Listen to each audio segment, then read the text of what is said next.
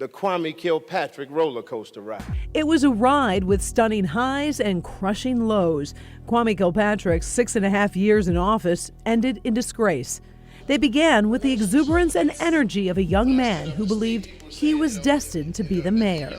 I officially declare myself as a candidate for the mayor of the city of Detroit. He launched his bid for mayor on the porch of his mother's home. Kilpatrick's opponent had the Gill Hill Council presidency on his resume, even movie credits. But voters soon found the young candidate had star power too.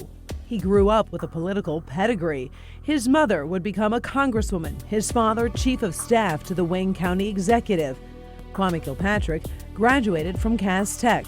Kilpatrick had ambition and an uncanny knack at connecting with people. In his 20s, he served in the state house and then became the mayor of Detroit.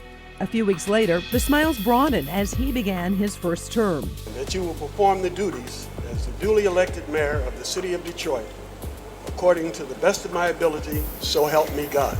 I will. Congratulations. All right.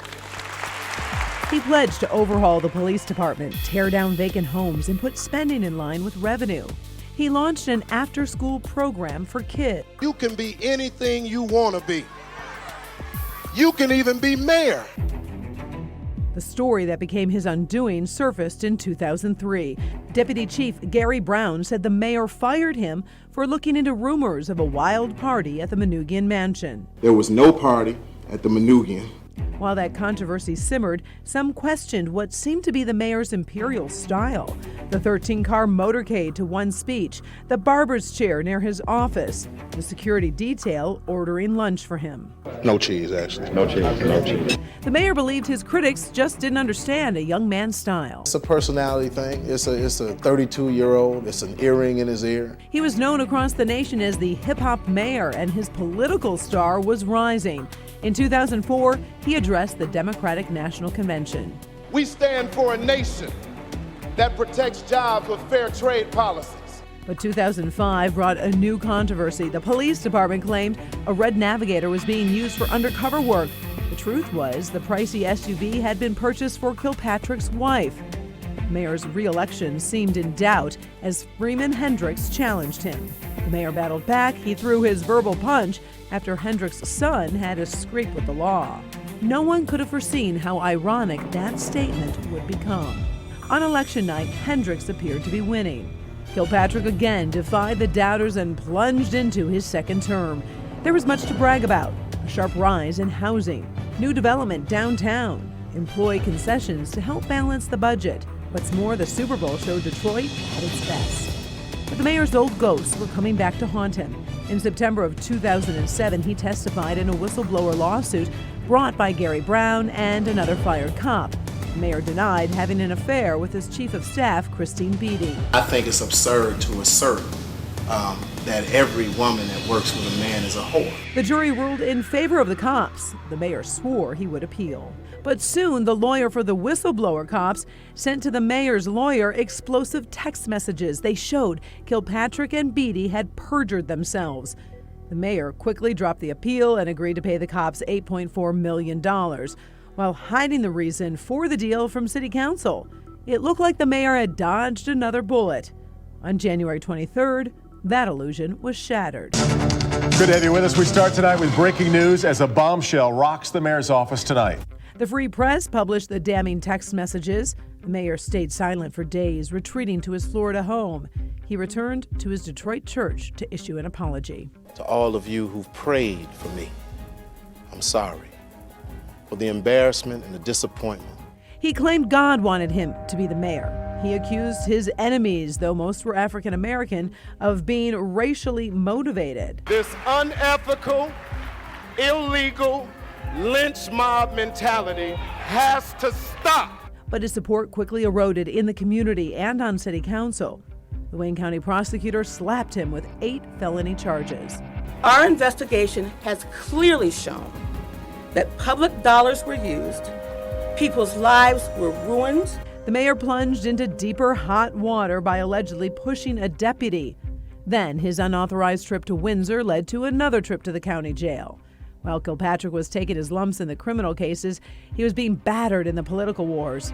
Former allies said it was time to step down.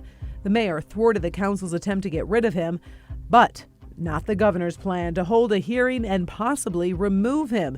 Time was running out. I lied under oath in the case of Gary Brown and Harold Nerford versus the city of Detroit. September of 2008, Kilpatrick pleads guilty to 2 counts of obstruction of justice. Under his plea agreement, he's sentenced to 120 days in jail, must resign from office, and he must also pay $1 million in restitution. 2 years later, Judge David Groner rules Kilpatrick violated terms of his probation by failing to report assets and turn over tax refunds. The former mayor is sentenced up to 5 years. Meantime, during that time, the feds were also building their case against Kilpatrick, pulling apart his criminal web piece by piece and charging his friends and acquaintances. Contractor Bobby Ferguson was charged. Childhood friend Derek Miller pled guilty to 2 counts, including accepting bribes and filing a false tax return. He provided information to the feds that helped them strengthen their federal case against Kilpatrick. Mr. Miller, did you want to make any comments at all? Do you want to say anything? The former mayor's fortress was crumbling. Those in his inner circle were speaking out and getting deals and lighter sentences. The corruption case against Kilpatrick went on for months in federal court. A jury deliberated his fate for 14 days. Then, March 11, 2013, Kwame Kilpatrick was convicted on 24 counts, including racketeering, extortion, bribery, wire fraud, and tax evasion. The jury unanimous that he used the mayor's office to enrich himself, forced contractors to pay up if they wanted work in the city, used the Kilpatrick Civic Fund as a personal piggy bank for vacations for him and his girlfriend, that he took bribes and kickbacks in cash, expensive suits and private jet flights, and that he never paid taxes on the extra $840,000 they found in his bank account.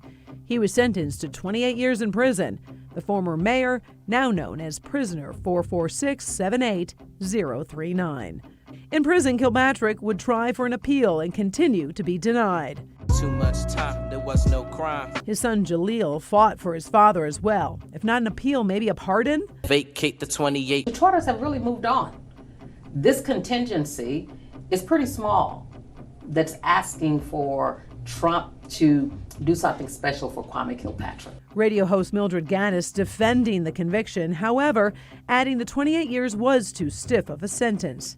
Later that year, Kilpatrick and his wife Carlita divorce. Kwame Kilpatrick's release date is set for January 2037, and he has made no secret that he hopes to be pardoned before that.